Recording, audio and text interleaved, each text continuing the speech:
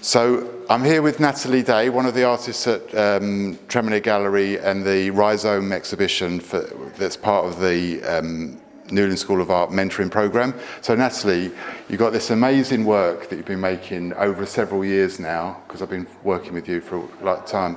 But the first thing that strikes me is the scale of your work and the ambition of it, and the kind of just the sheer scale of it. You're making these huge kind of scrolls. You're making a lot of them. They're quite immersive work. Yeah. I'm wondering why you feel that you've arrived at this sense of scale. Why is that important to you? As my focus now is the landscape around Bodmin Moor and the sheer expanse of it, it makes me very aware of how small I am in relation to this giant landscape. And it really helps me to put in perspective by making bigger paintings of my physical size in relation to them, and actually more of a sense of my place in this landscape and this world.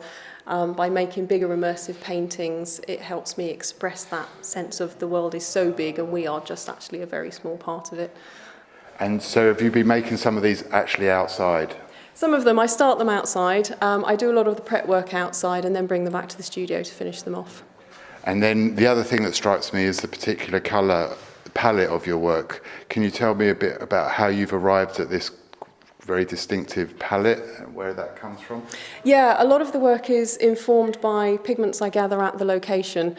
So for example, the yellow in this is actually from soil I picked up at the site. And then when I've got the natural palette to begin with, it will then start to inform the rest of the work around it. And occasionally I feel like I want to throw in something that doesn't belong there, because the subject matter is to do with the natural landscape and then things that humans have put onto the landscape.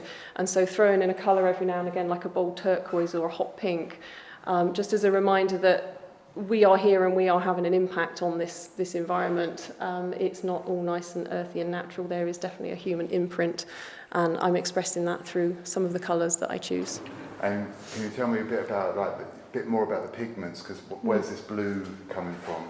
So this blue is cyanotype. So I'm trying to use as many natural-based materials as I can, and so cyanotype is brilliant because it allows me to really explore a range of blues, from the really dark indigos to the really pale ones, and then adding in different things to create textures and visual interest with it. It's one of the few natural blues that we can get, and it works really well with these earthy colours. I think the blue just ties them in really well. Yeah, it really works beautifully, because you've got obviously the piece of work, not just this piece, but these have got this kind of constellation vibe. Yes, yeah. And it feels like you're not just depicting a landscape, you're also making a landscape. You've got these windows, stones, stars, it's all there. So what about this idea of this, there's a slight, is it me or is it this cosmic, yeah. It's cosmological kind of, yeah. Yeah, and again that ties in with the sacred nature of the landscape, the standing stones, the stacks. It all is to do with that spiritualism and that ancient sense of place and belonging, and doing all of that under the expanse of these big skies. And obviously they used the sky a lot as their navigation. The sky was very important to them. So to bring in this celestial element to it through the cyanotype, it brings in again that sense of scale. We're under a big sky, and it's a sky that we've been looking at for centuries. Yeah. And do you work in Cornwall? I do, yeah. Yeah. How do you find that? Is it important for you to work in Cornwall? Absolutely. Yes, a lot of the work is at the moment me investigating home. I've called this the Home Place series, and it's about finding my place and what home means to me, right. Which is why a lot of these are using the ancient landscapes and what drove the Neolithic people to settle in these places. Why was this home for them? Right. Why did they build these monuments? And feeling that sense of connection with something.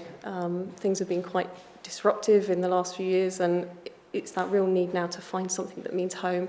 And I grew up in Cornwall, so for me it's very much coming back and re-establishing that connection with home for me. And we are in a group show that's based on the mentoring program which you've just done. How do you feel that doing a mentoring program like this has helped you as an artist maybe? It's really helped me to tap into what I was trying to access. I'm quite good at blocking that, and through the mentoring, through the coaching and the support of the entire group, it's been a very safe space to actually explore that and allow myself to try things that I might have otherwise been too scared to do. So it's been a place that I can dig really deep and question, and I've been challenged a lot, and I've sometimes not liked the way I've been challenged, but that's then brought more powerful work for me. Yeah. And I've seen your journey over several years, so Yeah. it's been really wonderful to see it kind of unfold. Yeah. And people want results quite quickly, but it means that you've got quite a depth in your work that, you know, the materials, the scale, the where you're working from, it's all been considered and it's kind of all taken to fruition now. Yeah, patience is not my strong point. Yeah. So to actually try and slow it down and take my time and understand what I'm trying to do has been really key. Yeah. And yeah, the 2 years I've been with mentoring the Newlyn School, it's really helped me to tap into that. Absolutely. And what do you feel now about what's in like? How do you feel about the next couple of years? Are you thinking about where your work might go in the next couple of years? Yeah, I love spaces like this with the natural interiors. I'd love to see my work in bigger corporate spaces, bigger public spaces, big statement pieces that have a power to them. That people I love it when people stop in front of my work and they have a real visceral reaction to it and they just stop. And I want to be able to make that more publicly available. Yeah, because that's what it suggests to me, that with these big scrolls and this big piece, you could have a very immersive experience. Yes. in a really unique. Yeah. Like Cornwall's got all these incredible buildings, that your work would be great in those kind of locations. Yeah.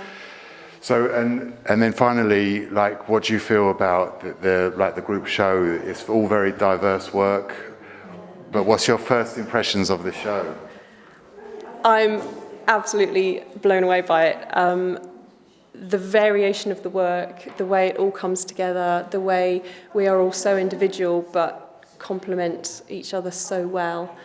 I walked in and every corner you look at, it's just like, oh wow, you know, we've done this and we've come through this and made this together as a group, and yeah, fantastic, absolutely fantastic.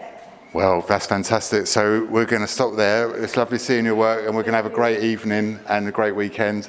So my name's Jesse, and we'll see you soon.